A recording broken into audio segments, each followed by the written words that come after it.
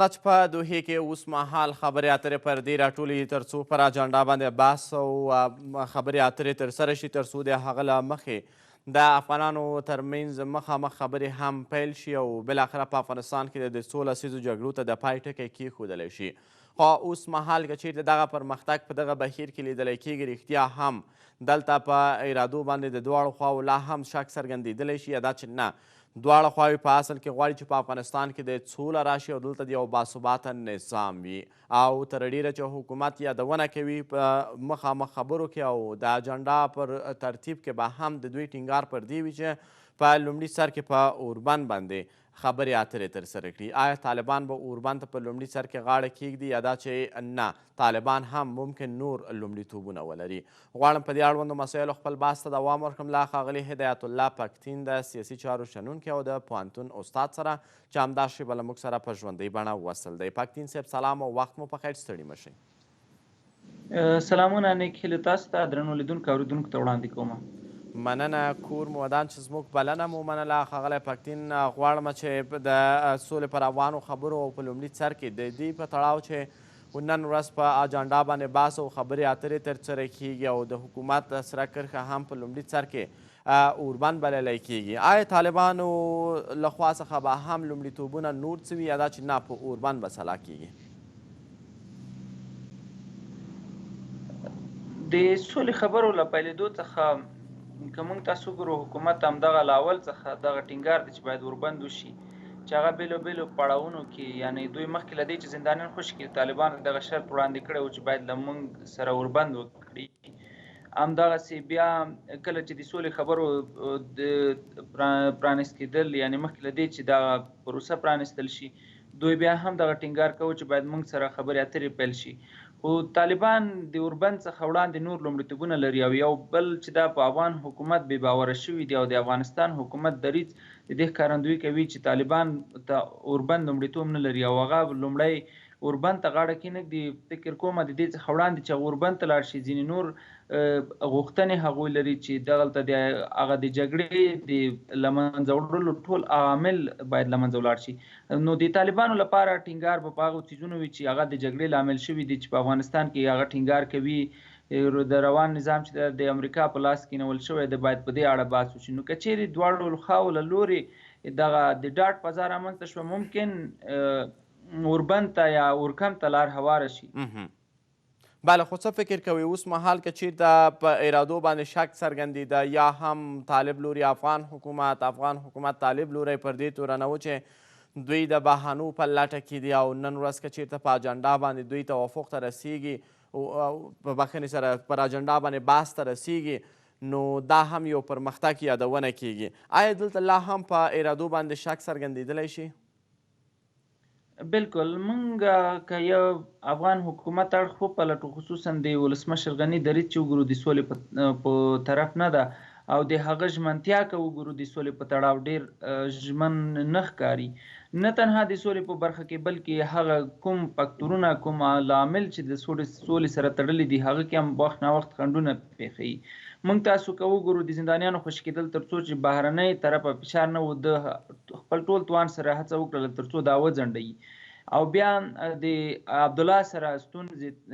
چې کله پیل شولې یعنی د کولی شول چې دا لومړی وختونو کې مخکې له دې چې د افغانستان حیثیت او عزت تر سوال لاندې لاړ شي د کولی شول له عبدالله سره مدیریت کې خو تاسې ولیدل چې دواړو په هم مهاله په داسې یو هیواد کې چې په نړۍ په تاریخ کې نه و تکرار شوي دوی هم مهاله دوه د تخلیب مراسم ترسره کړل او بیا د مصالحې شورا ځنډ او خنډ چې ګورې ته د شپږو میاشتو څخه وروسته د مصالحې شورا تشکیل او لومړنۍ غونډه جوړېږي هغه هم د اروپایي ټولنې په غوښتنه د اروپایي هیوادونو په غوښتنه او په د دوحې تړون کې چې 3 میاشتې ته نه یوازې په طرز العمل باندې کار پیلېږي هغه وروسته له دې کېږي چې هلته نړیوال خپلې مرستې مشروط ډول د سولې سره غوټه کوي. نو د له دې څخه ښکاري چې دغلته د سولې لپاره ولسمشر غني سره د هوډ نشته د ژمنتیا نشته تر څو سولې ته ورسېږي او په هر بهانو هغه لارې چې سولې ته ورغلي دي هغه ځنډوي. هغه که د سولې خبرې دي هغه که د مصالحې شورا د هغه که په داخل کې اجماع رامنځته کول دي. تاسې وګورئ له بده مرغه چې یو څه موږ په نړیواله سطحه کمزوري کړي هغه داخلي اجماع نشتون ده. پرون هم کله چې د مصالحې شورا رامنځته کېږي د ځینو غړو په قصدي ډول له لیست څخه ایستل کېږي او هغه نه راغونډېږي، نو همدغه د افغانستان لپاره او د افغانستان د راتلونکي لپاره خصوصا د حکومت د موقف لپاره ډېر په زیان ده. بله، خو ښاغلی پاکتین اوس مهال دغه یو لړ مواردو ته چې تاسو اشاره وکړه که د زندانیانو د خوشي کولو یا له ښاغلي عبدالله سره د ناندریو نو اوس مهال زندانیان هم خوشي شوي دي، له عبدالله سره هم روغه جوړه شوې ده او تېره ورځ هم لومړنۍ غونډه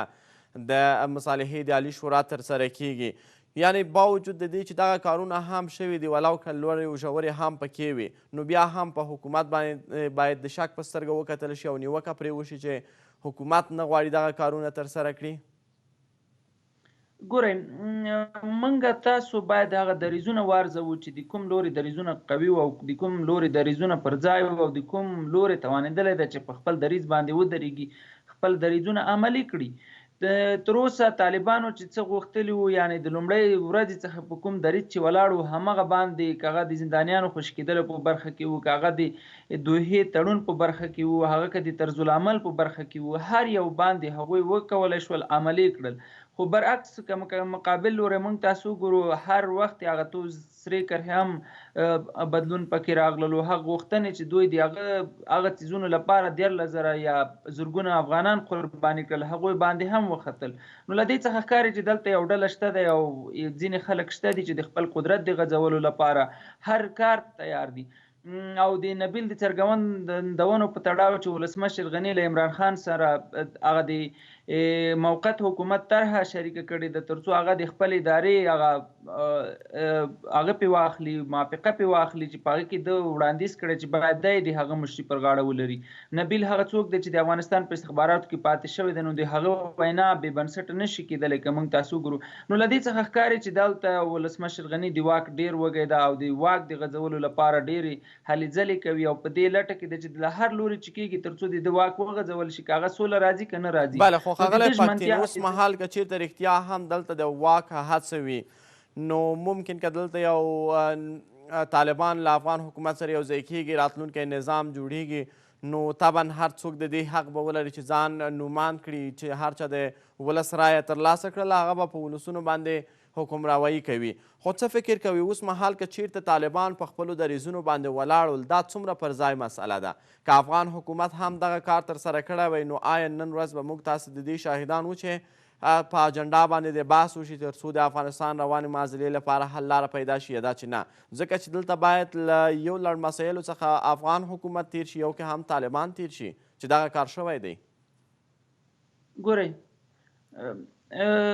ګورئ هغه څه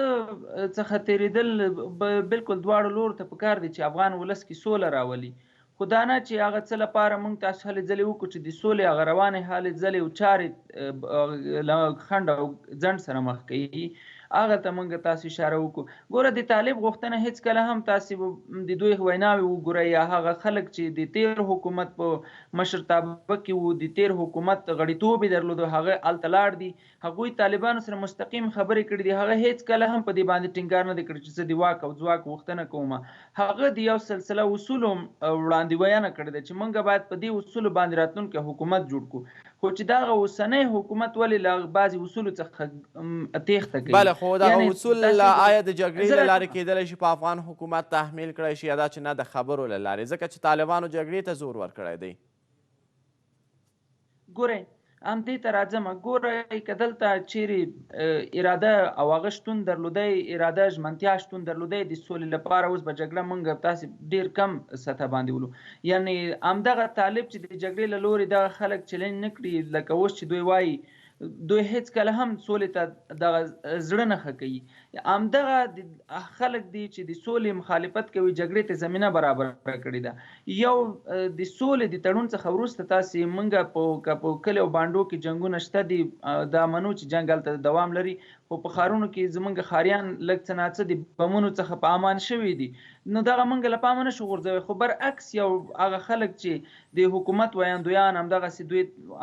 تل دا هڅه کوي چې تر څو د جګړې آمار لوړ وښیي. تاسې مخکې وګورئ چې حتی په هر ځای کې به حتی په یو چا باندې به حمله هم وشوله، اوس هم هغه د ویډیوګانې په بېلابېلو سایټونو کې شته دي چې همدغه ویاندوانو ویل چې دا یو تروریستي حمله وه. خو اوس که یو څوک شخصي بدۍ کې هم یو چا لخوا ووژل شي، ډایرکټ د ویاندویانو له خولې همدا راوځي چې دا طالب دغه کار کړی ده.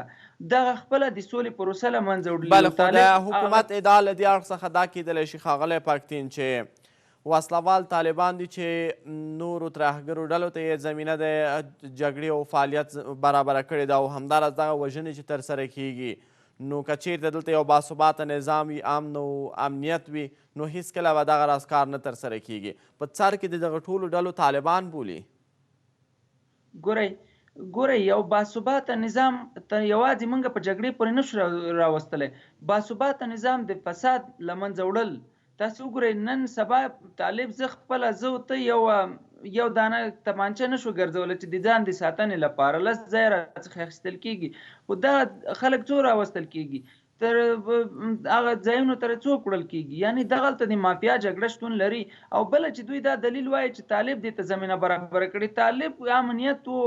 دلته هېچا باندې ډز نه کېده، غلا نه کېده، خو ته راغللې همدغه امریکا څخه رامخکې شولې، امریکا دې راوستله په هېواد دې رانن باسله، جګړې دغه ټولو ترهګریز ډلو ته خو تا زمینه برابره کړې ده. تا راوستلې دي. د طالب د چا کور ته نه دی ورغلی، د طالب په کور باندې، د افغان په کور باندې خلک راختلي دي، همغلته راغلي دي. د طالب له خپل کوره شړلی دی. نو طالب خو به له ځان څخه دفاع کوي، له خپلې خاورې څخه به دفاع کوي که نه؟ که نه به یې کوي، که نه درته پرېږدي، وطن درته پرېږدي، کلی درته پرېږدي، هر څه درته پرېږدي او ته پکې ګرځه له پردو سره. یو خو هغه دي چې مستقیما امریکا راغلل ځواکونه ته واچول. بل اوس تاسې وګورئ د یو حکومت په لوړپوړو چارواکو کې کوم یو افغانی ده؟ کوم یو افغانستان ته ډیر ژمن ده؟ یو څوک هم اوس زمونږ هغه اصیل افغانان خپله ګیله لري، هغه چې اوس چوکۍ لري، زحمت هغوی باسي، کار هغوی کوي، اصیل افغانان یې کوي چې دلته زده کړې کړي دي، امتیاز بهرني دوه تابعیته خلک اخلي. خو دغه زمینه خو تا ورته برابره کړې ده. بله، خو څه فکر کوئ که چېرته رښتیا هم د امریکا په مشرۍ باندې د طالبانو نظام دلته ړنګېږي، نو طالبانو هم په لومړي سر کې دریځ دا و چې زموږ نظام امریکا ړنګ کړی دی او موږ د دوی په وړاندې مبارزه کوو. نن ورځ له امریکا سره دوی یو تفاهم ته رسیږي او بالاخره نه د دوی په وړاندې درېږي، نه پر دوی باندې بریدونه ترسره کیږي. آیا افغان حکومت له دې څخه هم بدتره و یا اوس مهال کې بدتره برېښي چې په لنډو کې دوی یو لړ مسایلو باندې توافق ته نه رسیږي لکه څنګه چې امریکا سره توافق ته ورسېدل؟ ګورئ امریکا د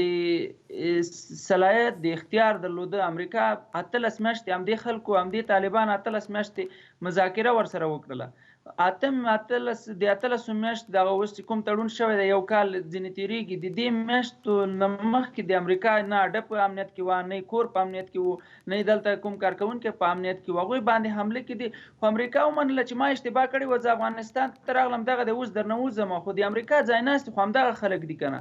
دغلته دی آیا د امریکا د راتګ څخه دغه حکومت شتون درلود؟ دغه اوسني پردي چې پر موږ باندې حاکم شوي دي دوی شتون درلود؟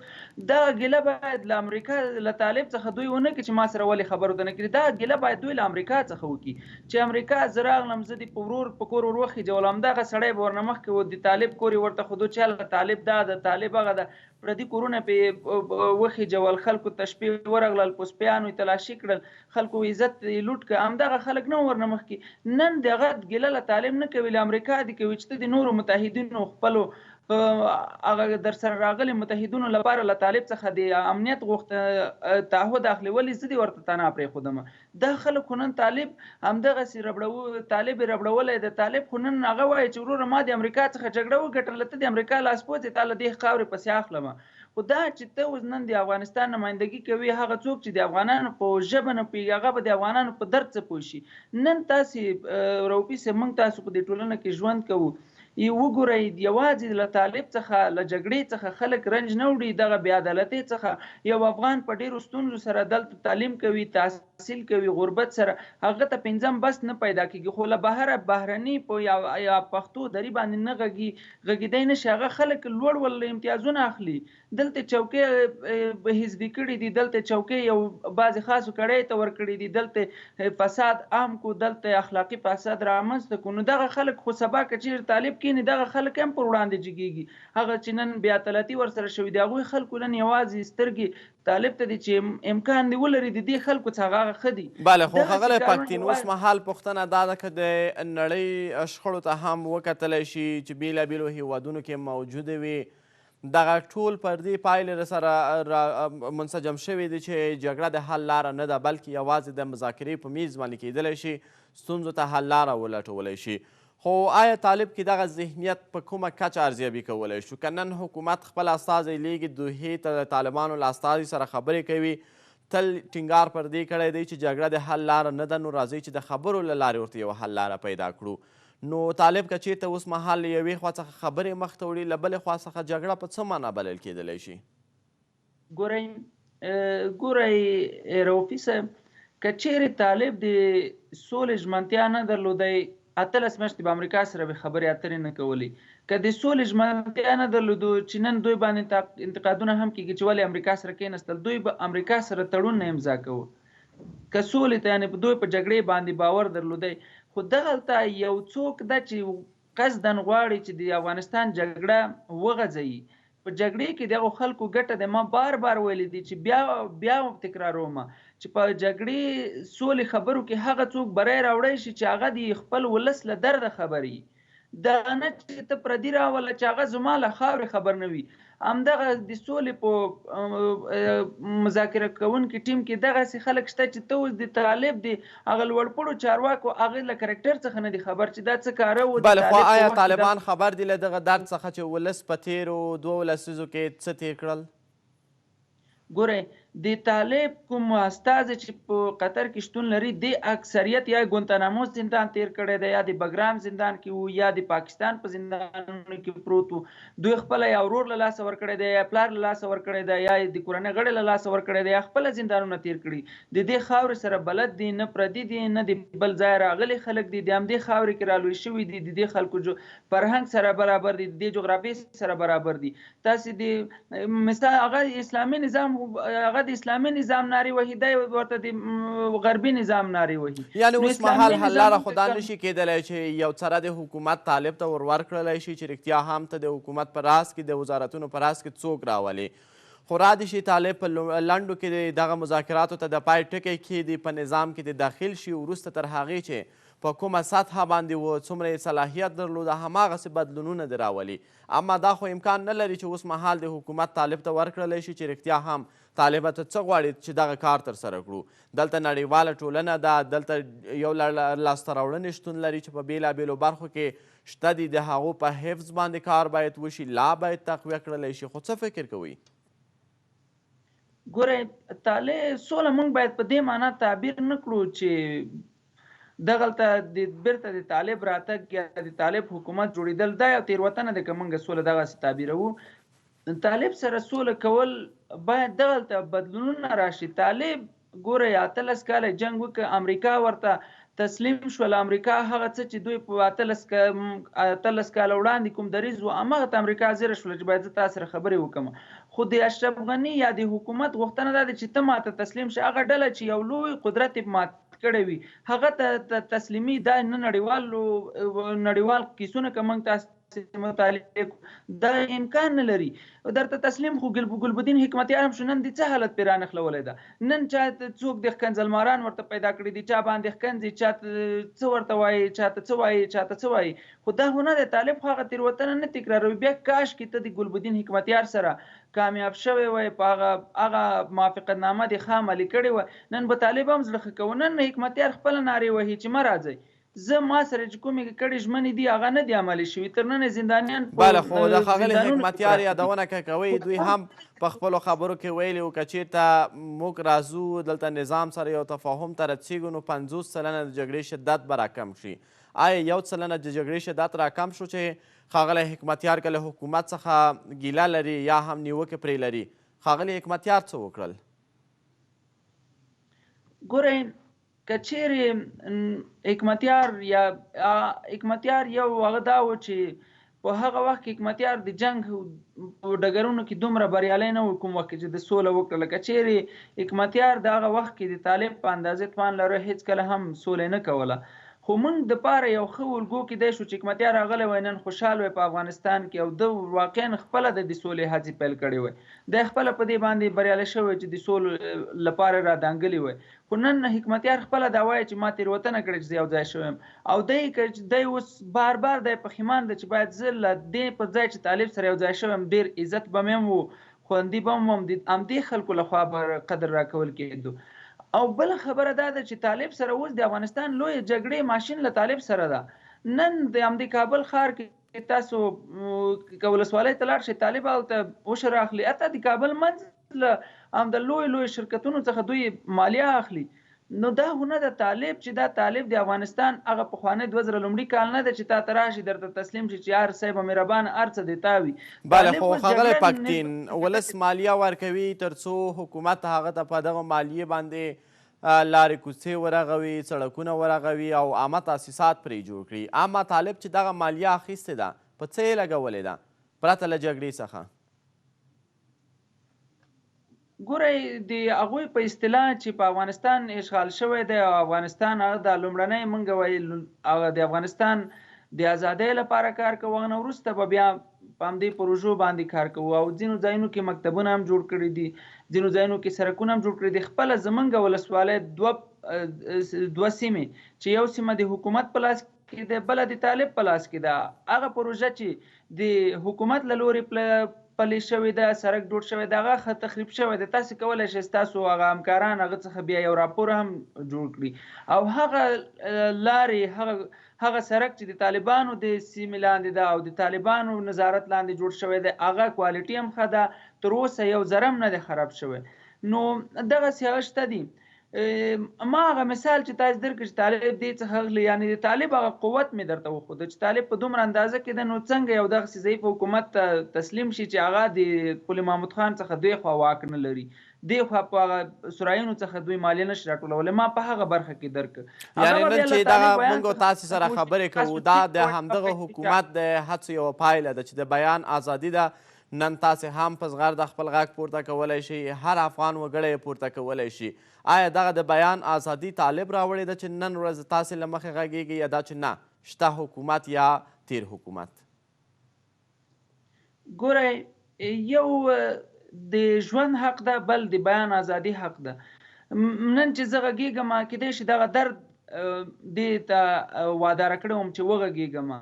خو هغه زما همزولي هغه خلک چې نن تر خاورو لاندې دي د هغه پلرونه د هغه ورونه یا د هغه زما ورته ملګري هغه د ژوندي پاتې کېدو ارزو لري. زه وایم چې کاشکې زه نن نه وای غږېدلی، خو زما هغه ځوانان هغه زما تر څنګ چې کوم خلک ولاړ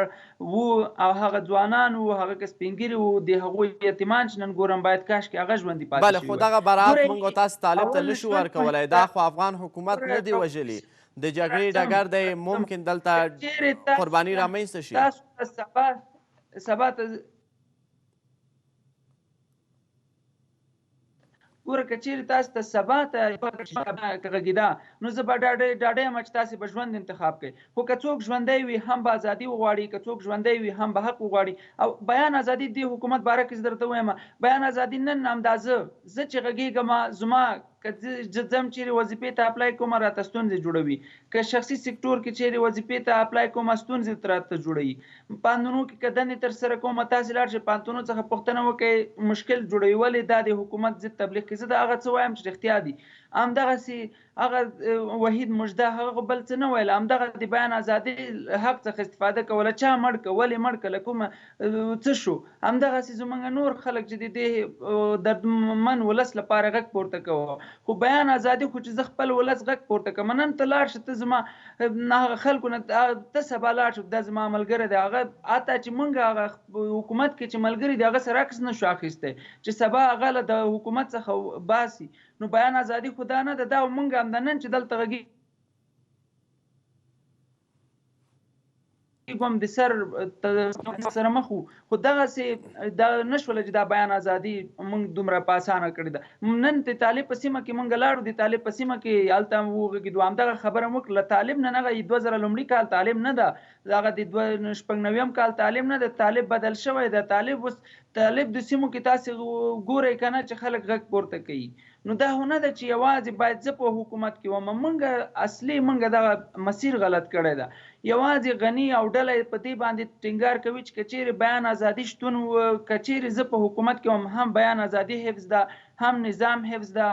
او هم نور ارزښتونه حفظ دي. او که چیرې زه له حکومت څخه شور کړم هر څه ړنګېږي، نظام نه ړنګېږي. ګوره دلته موږ ښه مشران لرو، همدغه د تیر حکومت د اوسني حکومت شریکان ښه بدیل کیدای شي چې د موقت حکومت مشري په لاس کې واخلي. د موقت حکومت له پرته بله لار دلته نشته ده، ځکه له دې خلکو څخه همدا نن موږ هغه څوک چې په خپله داخل د هر کې کار کوي هغه